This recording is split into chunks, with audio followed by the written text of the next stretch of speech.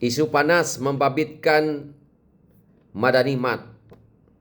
Daripada pelaksanaan untuk menyenangkan rakyat, untuk meringankan beban rakyat, saya sangat setuju.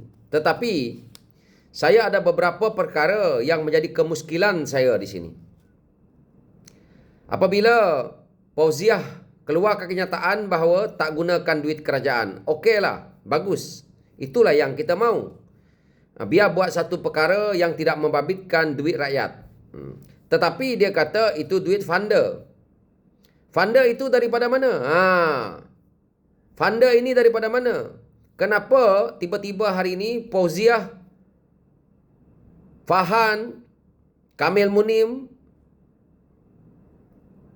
Yayasan Madani, korang ni tiba-tiba boleh jumpa funder yang boleh menyebabkan boleh buat kedai free.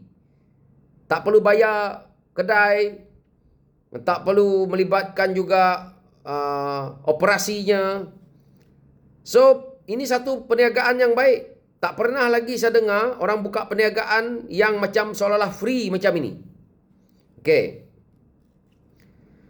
Yang keduanya, kalau betul Fauziah, Fahan dan Kamil ni hebat dalam bisnes, kamu dah buat bisnes lama dah.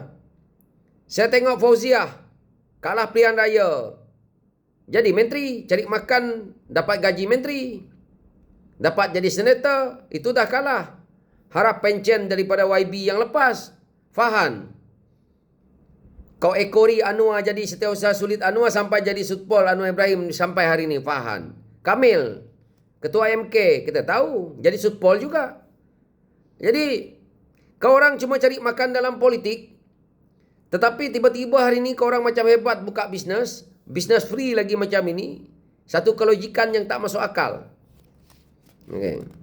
Yang ketiga, kalau betul Yayasan Madani ini hebat, kalau betul Fauziah hebat, kalau betul Fahan hebat, kalau betul Kamil Munim hebat, kamu bagi ajar KC PKR, kau ajar ketua wanita PKR cabang, kau ajar AMK cabang, kau ajar ahli-ahli PKR ni macam mana berniaga free, seolah-olah tak perlu keluarkan duit.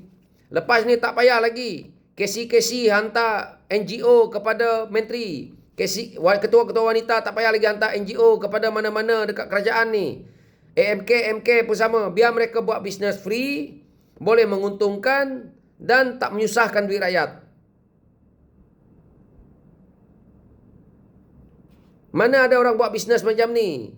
Itu saja saya nak cerita. Saya tak nak ceritalah, nak kaitkan dengan mafia korporat dan sebagainya. Tapi sekilas ikan di dalam sungai pun kami nampak.